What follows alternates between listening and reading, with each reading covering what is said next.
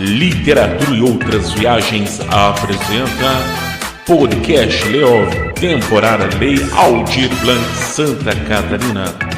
Organização Literatura e Outras Viagens. Apresentação Kátia Nascimento e Eduardo Fabrício.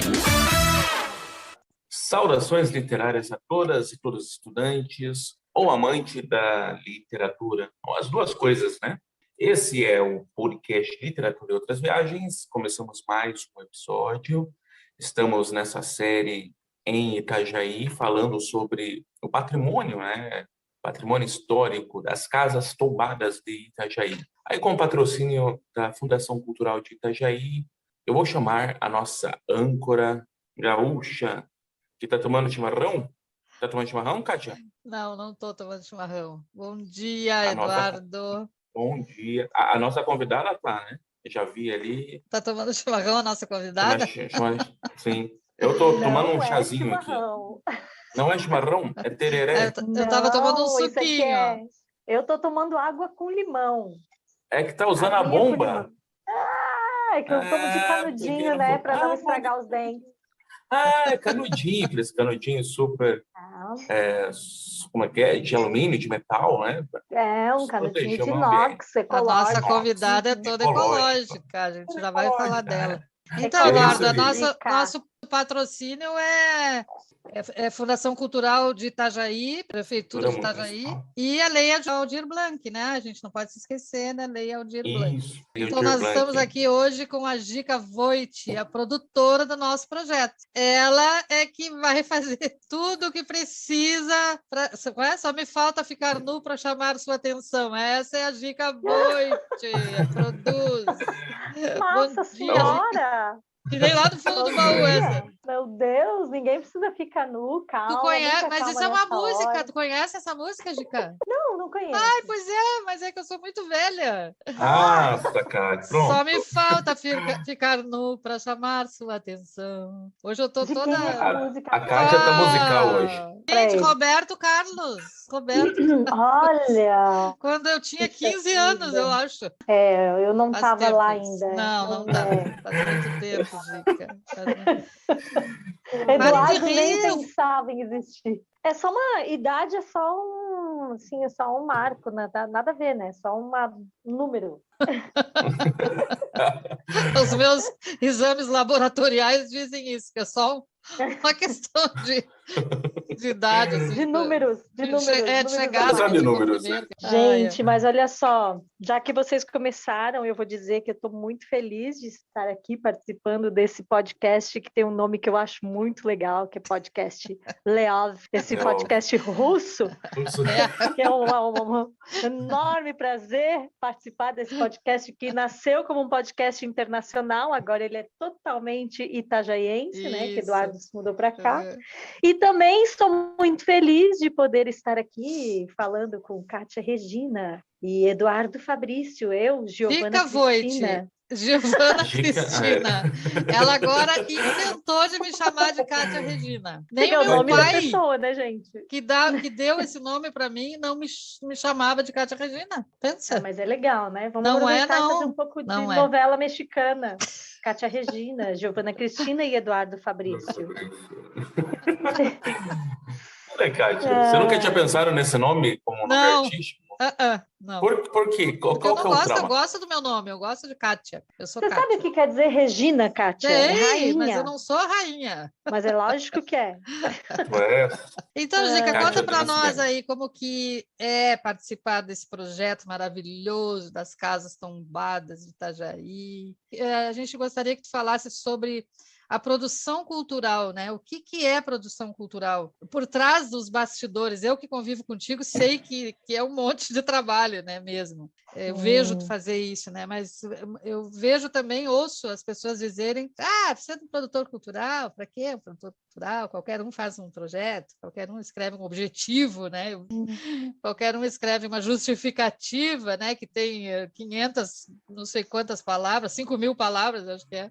5.000 caracteres. 8.000 caracteres, isso. E como aí se fosse só isso, né? E a gente vai... Não, mas a gente vai escrever os 5.000 caracteres e não é brincadeira, né? Por onde que eu começo, né?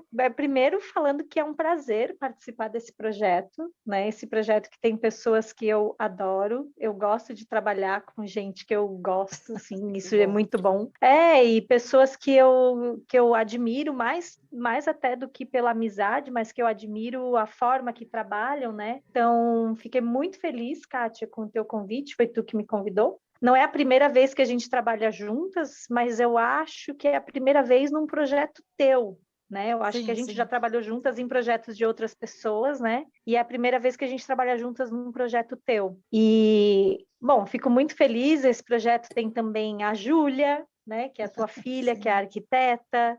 Tem a Bia, né? Que é fotógrafa do projeto e que também faz parte aí do núcleo familiar, né? E tem o Eduardo, né, que é amigo também e faz o podcast, todo voz do radialista do podcast Leov. Né? Enfim, estamos todos aí juntos, né? Que mais? A Edna, né? Tá nesse projeto. O André Soltal, que eu vou te apresentar, né? Qualquer dia desse. Ai, me apresenta. Então é muito legal a gente poder trabalhar com pessoas, né, que a gente admira, que a gente tem também relações de afeto, né? Muito bom. E o Daniel Ziek também. Ah, verdade, o Daniel também está nesse projeto. Um abraço, Daniel! Lá de Curitiba. Abração pro Daniel. E também a temática, né, Kátia? Eu fico muito feliz de estar nesse projeto, porque, assim, o tema Casas Tombadas de Itajaí é um tema que, a mim, me interessa pessoalmente, assim, né? Eu venho conversando sobre esse tema com a Júlia, que é arquiteta já faz bastante tempo, até, porque eu moro em Itajaí agora. Estou indo para o meu 4º ano morando aqui, né? E logo que eu cheguei para morar em Itajaí, coincidentemente, começou um movimento na minha família de encontrar as histórias dos meus antepassados, né? E eu já sabia que meu avô tinha nascido aqui em Itajaí. Meu avô, Armínio Miller, nasceu ali na Praia Brava, né? Tem até uma história bem legal do nascimento dele, que o pai dele foi buscar a parteira no centro da cidade. Quando voltou, ele já tinha nascido. Nasceu em casa, né? Não deu tempo. A minha bisavó pariu ele sozinha em casa, né? Pensa que guerreira. É verdade. E ele nasceu ali. E aí eu sabia que tinha uma história com Itajaí, mas eu não sabia nada assim de qual era a profundidade dessa história, né? E bem no ano que eu estava chegando aqui em Itajaí, foi o ano que a minha mãe começou a me enviar algumas notícias de uns primos dela. Tem um primo que acho que é arquiteto também, e é pesquisador tal da história dos nossos antepassados, e a gente descobriu lá que o meu tataravô chegou em Itajaí, chegou da Alemanha e foi intendente aqui na cidade e foi um dos construtores aqui da cidade, construtores civis, né? Ainda foi um dos primeiros construtores de construção civil, assim, de casas de alvenaria, né? Então tem vários desses prédios aí que, inclusive alguns que estão dentro do projeto, que sim, a casa Almeida e Voit, né? Não, Almeida e Voit não, a casa Almeida e Voit não, Kátia. Almeida e Voit não tem nada a ver porque não é da minha família Voit, é da família Miller, que eu tô falando, né? Da família da minha mãe, que eu nem tenho esse sobrenome, né? Embora eu gostaria de ter. Eu queria ter todos os meus sobrenomes, os meus 4 avós. Pensa! Seria Giovana Cristina Pereira, da minha avó, Miller, do meu avô, Kisselbach, da minha outra avó, e Voigt, que é do meu avô paterno, né? Então, eu queria ter esses 4 aí. Então, a minha família Miller, né, que veio para cá. Sim. E aí tem algumas dessas casas aí que a Júlia está pesquisando que são casas que foram construídas por ele, né? Sim, então, sim. Eu fiquei muito feliz de estar nesse projeto, porque legal. Eu queria fazer alguma coisa nesse sentido e estou aqui fazendo a produção do projeto. Então, isso já me deixa muito feliz. Acaba sendo uma jornada pessoal também, então. Sim, né? Com de certeza. encontra as próprias origens. Olha que legal isso, Kátia. É engraçado que todo mundo se envolveu realmente com o projeto, né? A gente fez porque a Bia também ficou bem feliz de fotografar, né? A gente tem uma coisa que tu trabalha bastante com isso, Gica, que é a nossa ancestralidade, né?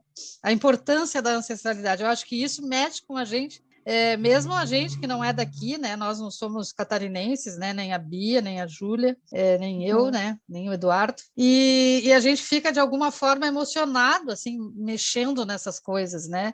Quer dizer, não são os nossos ancestrais, até ali também, né? Que a gente não sabe, né? A gente nem sabe, a gente nem sabe. Mas eu vi que no meio do teu nome aí tem um Pereira, né? Da onde que é esse Pereira? Sim. É da minha avó Ercília, que era casada com meu avô Miller. Mas eles eram também primos, então ela era Pereira, mas ela era Miller também, já. Acho que é da minha bisavó Constança. A minha bisavó Constança era Pereira. Uma mistura meio de português ali com alemão. Acho que Itajaí tem muito disso, né?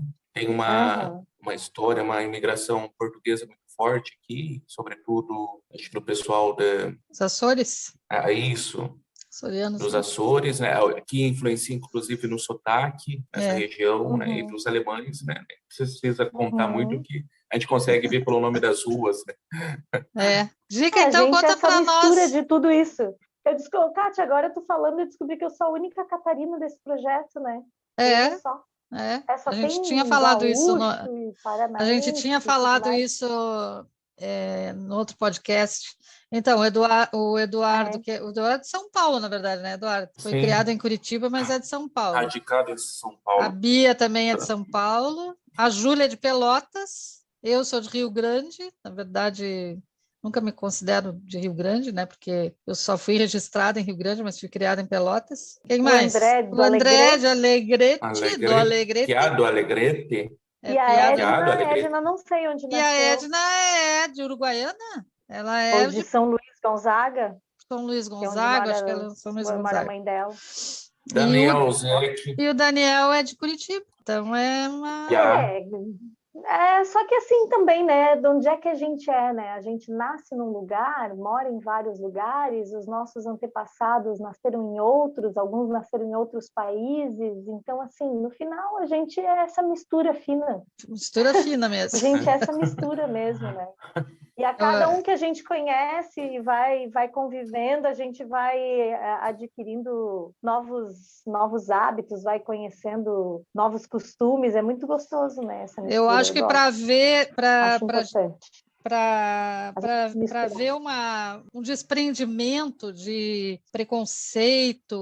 conceitos assim fechados, é necessário essa mistura mesmo, sabe? É necessário a gente conhecer de tudo um pouco, de lugares diferentes, pessoas diferentes, né? De todas as etnias, de todas as religiões, de todos os sexos. É necessário mesmo. Então, a gente faz um trabalho que exige isso da gente. Se não exigir, se a gente não se jogar para isso, o resultado não vai ficar tão legal assim, né? Na minha cabeça, eu acho que não fica tão legal, né? A gente precisa se jogar para essas diferenças, né? Isso aqui acho que na diferença, né, tem o contraste. A gente acaba descobrindo quem a gente é. Muito legal isso, né? Imagina se tivesse só uma e dentro desse projeto também, né, essa coisa de voltar, de pesquisar as histórias dessas casas tombadas, isso é muito legal, né? De verificar por que elas são consideradas patrimônio, qual a importância desses tombamentos para a cidade, o que tem de importante em cada uma dessas casas, né? E ao mesmo tempo que tem essa fixação nos fatos históricos, nas coisas que são históricas e tudo mais, tem um desprendimento da preocupação de passar essa história adiante, porque o objetivo desse projeto não é esse, né, especificamente. Pode até ser um dos objetivos, voltar o olhar a essas casas históricas e compreender essa história e tudo mais, mas o objetivo principal do projeto, visto que é um projeto de literatura e um projeto de literatura ficcional, de ficção, né? né? É ter um desprendimento também e criar histórias livremente, aí deixar essa nossa artista, essa nossa escritora, Kátia, criar livremente com todo o seu repertório, com todas as histórias da vida dela que ela traz, com tudo que ela já viu por esse mundo afora aí, e poder criar sem a preocupação também de ter que criar com questões verídicas, assim, né? Então é isso que a gente vai ver nesse projeto. A gente vai ver um projeto que tem uma referência histórica, tá ali, mostrada nas fotos e tal, a gente vai saber que patrimônio é aquele, mas o texto que a gente vai ler é ficção, né, cara? Gente estou eu entrevistando a escritora agora. Mas a gente falou, eu e o Eduardo, ontem sobre isso, que nós vamos fazer o próximo podcast para falar sobre ficção e o que é uma ficção, né? A gente corre o risco de alguém dizer, mas de onde que ela tirou aquelas ideias, né? Será que aconteceu? Será que não aconteceu, né? E quando a gente lê um livro, né, principalmente em primeira pessoa, a gente fica achando que aquilo é do autor, né? Mesmo que ele diga, eu estive no Monte das Oliveiras, né? Fica pensando, será que ele esteve lá mesmo, né? Então, são histórias, essas histórias que eu estou escrevendo, elas são suspenses, assim, algumas bem pesadas, né? Pode acontecer de alguém achar que realmente houve, né, esse fato, né? Mas não, isso é tudo da minha cabeça louca, na verdade. Às quartas-feiras, iam Ana e Isabelle para o canto de leitura. O quarto continuava fechado. Os rapazes não estavam. As famílias têm ritos de passagem, histórias. Algumas abrigam segredos, mistérios, que não é permitido compartilhar, mas que sempre aguçam a curiosidade de quem não tem nada a ver com isso. Os segredos têm parecença. Em frente à estante de livros, 2 poltronas de cor rosa envelhecido acomodavam as moças para a leitura. Na mesinha auxiliar, 2 xícaras de chá. Era como nos romances. Alguém vinha servi-las. Elas saboreavam o chá com uma pequena guloseima. Ficavam um bom tempo entretidas na leitura e naquela vida que Ana não queria que acabasse. Mas algo aconteceu. Ana ouviu vozes. Vozes pequenas, mas sim vozes. Pergunta a Isabelle: tu estás ouvindo vozes? Me parece que vem do quarto. Claro que não, responde a moça. Lê teu livro, não tem voz nenhuma. Ana seguiu sua leitura, intercalada pelo chá e agora meio nervosa. Mais uma vez, as vozes. Ana repete a pergunta. Isabelle, tu ouviste as vozes, não é mesmo? Estou ficando assustada. Para de bobagem, não tem voz nenhuma, insistia a moça. Tu deves descansar.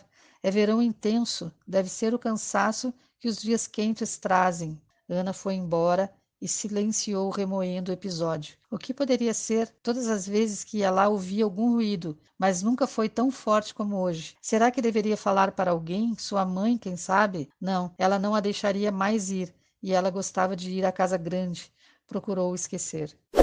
Mas conta para nós aí da produção, Gica. Isso, então, vocês me perguntaram daí da produção, né? Já falei um pouco aí do meu prazer de participar desse projeto, mas agora falando de produção, que também é um prazer, né? Porque eu adoro fazer isso. A produção, ela, muitas vezes as pessoas ficam irritadas com os produtores culturais, com as produtoras, né? Porque o que a gente tem que fazer? A gente tem que cutucar o projeto desde o início, sabe? Quando o artista, a pessoa que está com um projeto, com uma ideia, vem para nós e começa a contar para nós o que ela tá interessada em fazer, a gente tem que fazer todas as perguntas que levem a pessoa a questionar o quão aquele projeto é interessante, o quão ele é importante para aquele edital no qual ele está sendo inscrito, né? Então, por exemplo, se você está inscrevendo um projeto num edital municipal, aquele projeto tem que ser interessante para a sua cidade, né? Ele não pode ser interessante só para você, não pode ser importante só para a tua carreira de artista, né? Não que a carreira do artista não seja importante, ela também é importante, né? E também é importante para a cidade que os artistas construam carreiras sólidas, né? Que é importante para uma cidade ter um movimento cultural e ter personagens, ter enfim, ter as pessoas que fazem cultura, os profissionais da cultura crescendo também dentro do seu próprio trabalho, né? A gente quer ver um escritor que escreve há muitos anos na mesma cidade, a gente quer ver um ator que atua, uma atriz, uma diretora de teatro, um diretor que esteja há muito tempo trabalhando ali pela sua cidade. Então, é importante também, mas aquele projeto ele tem que sempre dar um retorno para a cidade, se a gente está escrevendo num edital municipal. Se a gente está escrevendo num edital estadual, ele tem que ser muito relevante para aquele estado, mesmo que ele fale só de uma cidade.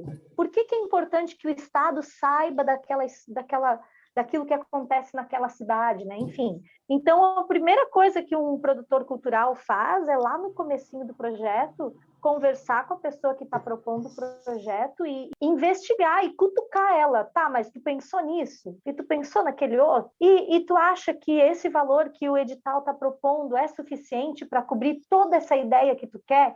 Isso acontece muito comigo, às vezes um artista chega e diz assim para mim, eu quero fazer um show com painéis de LED no fundo, tô aqui exagerando, né? E aí vai ter um canhão de iluminação, esse cenário gigantesco, e daí eu vou contratar uma orquestra para tocar, e daí vai ter aí o fulano de tal vai fazer o arranjo, vou chamar lá aquele cara, o bambambam lá do não sei da onde. Aí eu pergunto, beleza, qual é o orçamento?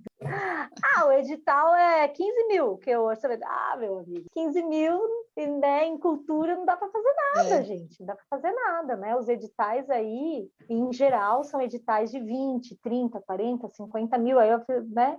A pessoa quer fazer com a cota mínima um mega show, assim, por exemplo, né? Então, tudo isso são perguntas que a gente faz lá no início, assim, de qual é a relevância daquele projeto, de o que aquele projeto significa para aquela cidade ou para aquele lugar para onde está se propondo, e qual é o recurso e o que se quer fazer. Né? Tudo isso tem que encaixar. Tem uma série de coisas, né? Eu falei só a primeira pincelada, mas a gente pode desenvolver mais esse tema aí. Legal, bacana, né? Eu acho um trabalho importante, né? Eu vejo porque eu provei isso porque eu fiz 2 projetos, eu passei, mas um eu não passei, que talvez tenha sido por causa disso, sabe? Porque eu fiz sozinha. Então, e esse tu me ajudaste a fazer, né? Teve outro encaminhamento, assim, né? Eu acho que é um olhar prático. Né? Sim, exato. Um olhar muito prático em relação à organização do projeto, né?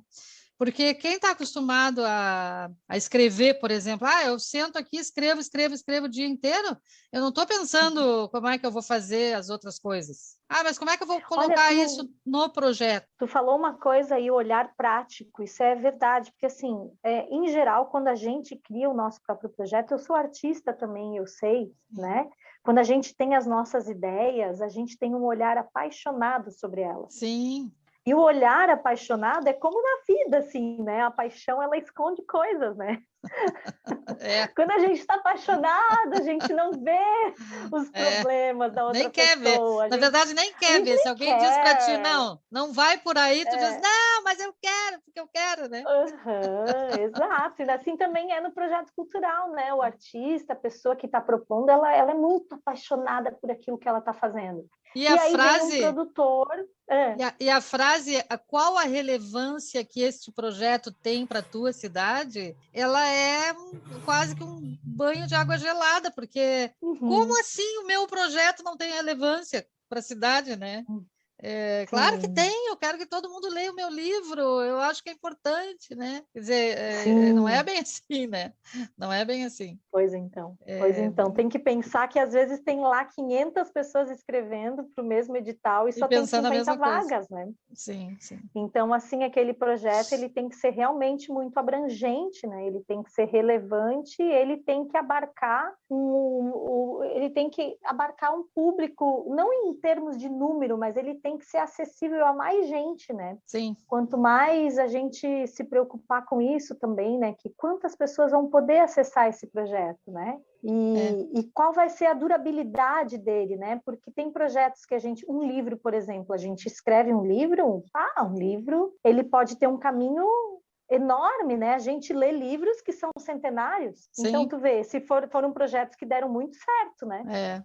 A pessoa escreveu lá há séculos atrás e a gente ainda está lendo, porque ainda é ele ainda diz coisas para nós. Ele é atemporal, né? Exato. E tem projetos que nascem naquele dia que eles acontecem e já morre aquele projeto e ninguém nunca mais ouviu falar. Não quer dizer que um seja melhor que o outro, porque Sim. tem coisas também que são para acontecer só naquele dia, mas que acontecem de forma muito marcante para as pessoas que ali estiveram, né? A gente tem situações assim na história do teatro, na história da música, de shows que foram muito marcantes para aquelas pessoas que tiveram naquele dia, naquele show, que tudo aconteceu ali, né? Nunca mais Peças de teatro, dança, né? Que não ficou nem gravado, mas que foi tão marcante que as pessoas contam até hoje aquela história, né? Sim.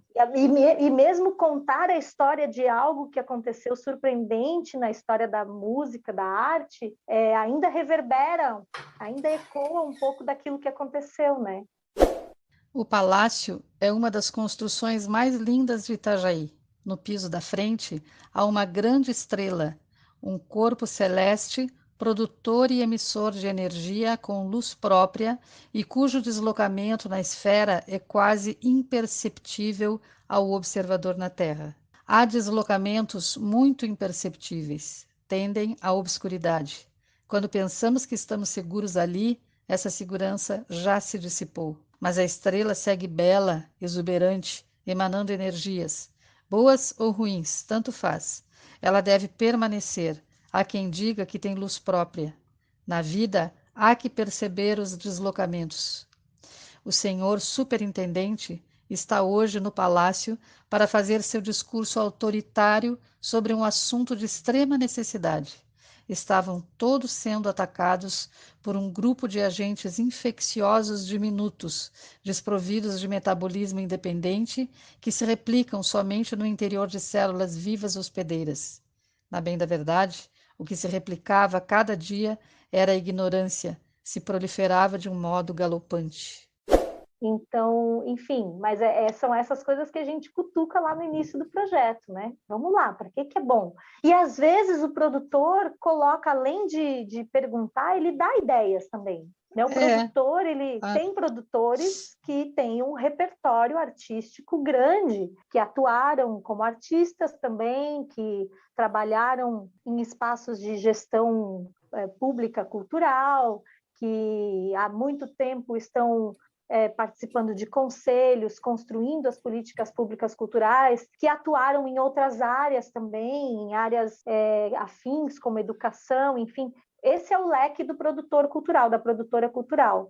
Né? É uma pessoa que traz também todo esse seu repertório para juntar com o repertório do artista e construir um projeto, né? E investigar com ela qual é a relevância disso, ou e quais são os recursos que a gente tem. Então, tudo isso é a pré-produção, né? Quando a gente vai escrever o projeto.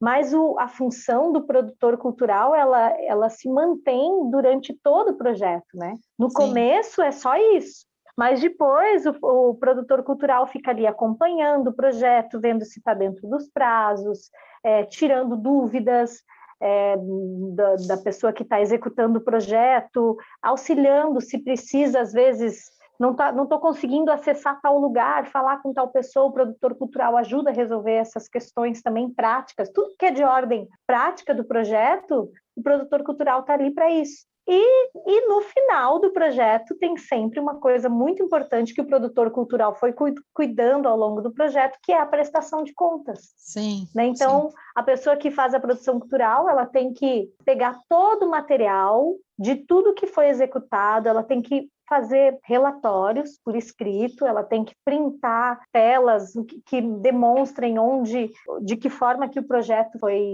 executado, como que ele aconteceu, em que data e tudo mais. Também fazer a prestação de contas dos pagamentos, né? Quando a gente trabalha com dinheiro público, essa parte ela é rigorosa, né? As pessoas que ficam por aí dizendo mamou nas tetas da Lei Rouanet é porque nunca escreveu um projeto para a Lei Rouanet. Claro. Não faz ideia da burocracia que é para realizar um projeto com dinheiro, um projeto cultural com dinheiro público. Tem muito mais burocracia, e eu vou falar isso aqui, ó, de cadeira, porque eu posso falar. Tem muito mais burocracia para fazer um projeto da Lei Rouanet do que fazer um alimento e botar na prateleira do mercado, tá? Eu sei porque eu já fiz. Eu já fui produtora de suco. Já fiz os dois. Eu fui produtora de sucos orgânicos, fabriquei, comprei fruta, levei em fábrica, acompanhei todo o processo da fabricação e depois vendi para supermercados. É muito mais burocrático fazer um projeto cultural e prestar contas do que fazer um alimento e botar na prateleira do mercado. Então, toda essa galera que fica falando mal de projeto cultural, falando mal de que mamou nas tetas do dinheiro público, pode esquecer, porque não é. Essa galera que trabalha com projeto cultural rala muito. Sim. E se a prestação de contas não bate, você muitas vezes tem que devolver o dinheiro, tem que pagar multa, fica impossibilitado de concorrer a próximos editais. Então, não existe isso de roubar dinheiro. Não é tá? mamata, né? Não é mamata. É lógico que a gente sabe, todos os processos são corruptíveis, né? A gente sabe que tem gente que às vezes é aprovado de forma ilegal, porque lá na comissão tinha alguém que estava aprovando. A gente sabe que tem isso, mas os profissionais que estão trabalhando e o dinheiro público que a gente está usando, ele é muito rigorosa a prestação de contas e tudo que a gente tem que fazer. Então, não podia deixar de dar esse recado. Claro, com certeza, importante. Que falam mal dos profissionais da cultura. Gica, então, vamos puxar aqui a brasa um pouco para o nosso assado. Tu acredita nos editais para que esses projetos aconteçam, na verdade? Eu acredito muito, porque o que acontece? Diferente de pão, sei lá, fruta, vegetal, aluguel, moradia, dos itens básicos da vida, né, que cada pessoa se preocupa de investir nisso, né? Cada um de nós investe nisso na vida, né? A maior parte das pessoas não investe na cultura. Os editais que são ligados aos órgãos públicos, né? Às prefeituras, ao Estado, à União, eles possibilitam que a gente tenha acesso aos bens culturais, porque, em geral, o que a maior parte da população consegue patrocinar para si própria são apenas, pagar, né, para si própria, são apenas as coisas básicas da vida, né? Alimentação, moradia, transporte. Muita gente acaba não sobrando dinheiro do seu salário para ainda investir em bens culturais, para ir num show, assistir um show, agora mesmo nas plataformas online, pagar um show e assistir, comprar músicas para ouvir no Spotify, sei lá, comprar um livro, comprar ingresso para uma peça de teatro. A maior parte da população não tem recursos para investir do seu próprio bolso em cultura. Então, esse é um papel dos órgãos públicos. Os órgãos públicos é que tem que se preocupar com a cultura do povo, da gente, entendeu? Então, assim, é por isso que eu acredito nos editais, por isso que eu acho que os editais têm um papel fundamental. A gente precisa de cultura, a cultura, além de trazer muitos benefícios para todos nós, enquanto humanos, né? A gente precisa ter acesso a bens culturais, a gente precisa ter acesso à educação. Para mim, são as coisas principais, assim. Eu penso que a gente teria muito mais saúde, inclusive, estou falando a gente, povo, né? Nós, pessoas, tivéssemos mais acesso à cultura, a gente teria, inclusive, mais saúde, porque a cultura deixa a gente com mais clareza da vida, das coisas da vida, né? Constrói na gente um pensamento crítico, constrói na gente um estado de atenção, enfim, a cultura nos desperta para muitas coisas, né? Então, se a gente investisse mais em cultura, a gente teria um povo mais culto, um povo mais saudável, por consequência, né? Sim, e, imagina... além disso, a cultura move a economia, né? Sim, a cultura move muito a economia. Tem muitas profissões, muita gente recebendo para que os bens culturais possam ser realizados, né? Pensa um livro, para fazer um livro, quanta gente envolvida, profissionais, né? Envolvidos, e aí depois empresas também, né? Porque vai desde lá da pessoa que escreve e toda essa cadeia da da construção desse livro, o editor, a produtora cultural, o produtor, revisor, diagramador, enfim, todos esses profissionais ali que trabalham junto com aquela pessoa que está escrevendo, até o final, até passar pela gráfica, imprimir, depois a distribuição, depois a venda, depois o marketing em cima daquele livro, e depois tudo que pode reverberar a partir disso, né? Professores que podem usar, contadores de histórias, grupos de teatro que encenam aquele texto, enfim, é uma cadeia econômica imensa, né? Sim. Então tem para mim essas duas preocupações, assim, os editais são fundamentais para isso, para fomentar. E agora na pandemia a gente pode ver a importância, né? A importância da arte, a importância da cultura, né? Dessa cultura, né? Artística, né? Imagina. Isso para a gente que está isolado, né? Kátia, duas frases estão duas frases desde o começo da nossa conversa estão martelando na minha cabeça. Uma é do Nietzsche, que ele fala que a arte existe para que a vida não nos destrua, e outra do Ferreira Goulart, que fala que a arte existe porque a vida não basta. Como a vida tem sido, a gente tem percebido que a vida é tão fugaz, né? O tempo todo aí, e a arte tem salvado a gente. Ô, Kátia, mas tu falou da pandemia, não é só para quem está isolado, né? Mesmo quem não está isolado, porque assim, privilégio nosso poder estar isolado, né? Sim. Vamos combinar. Assim, nós trabalhamos, eu sou produtora cultural, o André, que é meu marido, é editor, e eu falo assim porque vocês me conhecem, mas as pessoas que estão ouvindo o podcast talvez não, né? E a gente pode trabalhar em casa, a gente tem um privilégio de poder, nesse momento, trabalhar em casa. Mas muitas pessoas estão trabalhando porque não podem trabalhar em casa, né? E olha, ainda bem que a gente tem os profissionais de saúde que estão atuando, né? Tem as pessoas que têm que trabalhar nos mercados, os repositores, as pessoas que limpam a rua, os lixeiros, enfim, tem muita gente que não está podendo ficar em casa. E essas pessoas também estão sofrendo as consequências da pandemia, e para elas a arte também tem sido um respiro. Com certeza. A arte é um respiro no meio disso tudo, né? Eu vejo que, assim, todos os momentos que eu pude ficar tranquila durante a pandemia, todos esses momentos envolvem algum produto cultural. Ou eu estou com um livro, ou eu estou tocando, fazendo música, ou eu estou ouvindo música, ou eu estou assistindo um filme. Então, assim, os momentos de relax, como os produtos culturais têm nos salvado no meio dessa pandemia, né? A gente tem ficado mais tranquilo porque a gente tem cultura, tem música, tem assistido peças de teatro online, a gente tem visto séries, a gente tem lido, né? E até, Kátia, aproveitar e vou dizer uma coisa, assim, a gente está muito na tela, né? O tempo inteiro na tela, agora tudo acontece pela tela, né? Quem está trabalhando em casa mesmo, todas as reuniões são por tela, enfim, a gente trabalha direto na frente do computador, quem estuda está tendo aula por online, e aí a gente vai lá, assiste mais uns filmes, assiste mais umas séries. Então, como é bom quando a gente consegue desligar todas as telas e ainda assim ter um bem cultural, né? Ter um produto cultural que é um livro. Aí mesmo é o momento do relax total, né? Ou botar uma música no som, né? Ai, muito bom, muito bom. Agora o livro é aquela coisa que tu não precisa de nada, né? Não precisa tomada, não precisa nada, né? Não precisa de energia elétrica. Até se não tiver luz, mas se tiver uma velinha ali, tu consegue ler o teu livro. Eu acho que eu contei num outro episódio que eu queria dar para minha sobrinha, que fez 15 anos, um Kindle para ela, né? Eu prometi para ela que eu ia dar um Kindle, eu acho que ela tinha uns 12 anos.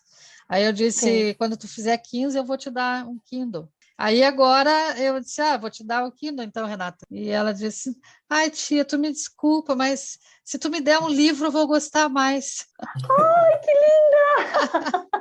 Aí eu fiquei meio envergonhada, assim, né? Então tá, Gica Voit, é um prazer inenarrável. Que tal essa palavra super criativa? inenarrável de te receber aqui no podcast Leov, né? Leov. Ninguém pensou que algum dia alguém fosse se referir ao podcast Literatura e Outras Viagens como podcast Leov, né? Leov, russo. Podcast russo. Só porque o Eduardo estava na Ucrânia. Eu com as minhas origens. Eu tenho umas raízes aí meio russas também. Eu devo ter também, Kátia. Catarina? Kátia? Aí é muito sem graça, Eduardo, dizer que é Catarina. Eu gosto do Mas nome é Catarina, origem, mas Kátia ficou o apelido. Eu sei. Ô, Eduardo, olha aqui, ó. Eu comecei com água com limão e agora Já eu termino tá no café.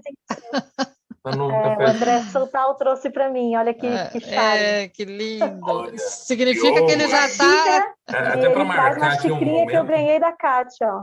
Olha, que linda essa Até para xícara. marcar o momento, a gente está em abril, começo de abril. O André até foi nosso último entrevistado, né, Kátia? Da última entrevista. Não, que a gente foi o fez. Daniel, foi o Daniel. Foi o Daniel, então, foi o penúltimo entrevistado. E ele deu um susto nele mesmo em todos, né? Mas graças a Deus aí ele conseguiu se recuperar. A dica que eu diga, né? A gente vai trazer o André de volta aqui só para ele mostrar que ele está 100%. Como é passar por esse momento de crise, né? Tipo, ele vai virar nosso coach agora. Vai. André? Eu vou contar para ele. Ele vai adorar. Ele adora essa palavra, coach. Eu também. Todo mundo gosta. E a gente está bem perto, assim, né? Daí a gente está vendo o que está acontecendo. Assim, e a gente fica feliz que as coisas estão se resolvendo, né? Vai ficar bem. Logo. Sim. E cuidem-se, né? Todos e todas e todes que estão nos ouvindo. A pandemia não é brincadeira, é coisa séria. Cuidem-se, né? Todos nós temos alguém na família, né? Eu estou nesse momento com um tio internado, a gente tem pessoas aí que já perderam pessoas, né, também. Então, assim, é momento de se cuidar e, além de se cuidar por conta da Covid, cuidar também da alma, cuidar do espírito, cuidar um dos outros, né, a gente ser mais compassivo com as pessoas também, né, tolerante, assim, com qualquer situação, porque tá todo mundo fragilizado, então é o momento da gente se cuidar. Tá certo. Muito obrigada pela tua presença. Meus amigos queridos, agradeço o convite, adorei. É tão bom, né? Dá vontade de ficar aqui mais, papiando. Que acaba sendo a nossa conversa, né? Às vezes eu ponho na Kátia, vocês estão ali também, a gente vai conversar e vai longe a conversa. E o podcast é legal isso. Aí é a proposta, né? A nossa conversa, em primeiro momento era eu e a Kátia, e falou, por que a gente não estende essa conversa? Depende, por que a gente não grava isso? E a gente chama algumas pessoas para conversar com a gente também, né? Pessoas que a gente gosta. Então tá, Gica, como que a gente te acha, Gica? Diz aí para nós. Nas redes sociais, as minhas redes pessoais são Gica Voit mesmo, para quem quiser bater um papo pessoal comigo. É Gica com K, G-I-K-A, e Voigt é V-O-I-G-T, V-O-I-G-T. E se quiser acessar minhas redes de trabalho, é Gica Voit Produz. É só isso, só botei um produz atrás, porque é isso mesmo que eu faço produção. Embora eu tenha um probleminha, eu estou sempre cuidando mais do projeto dos outros do que do meu pessoal, né? Então vocês vão ver que a minha página de produção, ela tá super atrasada, porque eu estou lá cuidando da Traço Capturas, eu estou lá cuidando do projeto do Mulher Artista Resiste, estou cuidando, enfim, de outros projetos e não cuido da minha. Assim é, mas tudo bem, faz parte também, temos que estar bem tranquilos com isso também. Mas vocês me encontram lá, Gica Voit Produz. E tu, Eduardo, fala aí. Eu, Edu Fabrício, no Insta, Eduardo Fabrício no Facebook. E tu, Kátia? Kátia Nascimento no Facebook, Kátia RS Nascimento no Instagram. E você encontra a gente aí no Facebook, Instagram, nossa page, Facebook, Podcast Leov, tanto no Insta como no Facebook. Podcast Leov, como a Gica, né, rebatizou, né, o nosso podcast. Podcast Leov. Podcast Leov.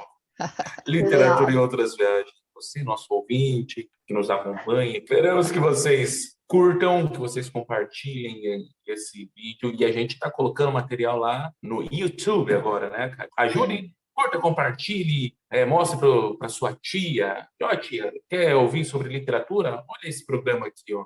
Mande naqueles grupos, tem vários grupos, né, de podcast, a galera está sempre perguntando, você conhece algum canal de podcast, né, de literatura? Indique o nosso lá nesses grupos, beleza? Kátia, até a próxima. Até a próxima, um abraço. Tchau, Gica. Tchau, Eduardo. Tchau, até mais. Tchau, queridos. Até mais. Bye. Literatura e Outras Viagens apresentou Podcast Leov, temporada Lei Aldir Blanc, Santa Catarina. Apresentação, Kátia Nascimento e Eduardo Fabrício. Siga-nos nas redes sociais, @Podcast Leov.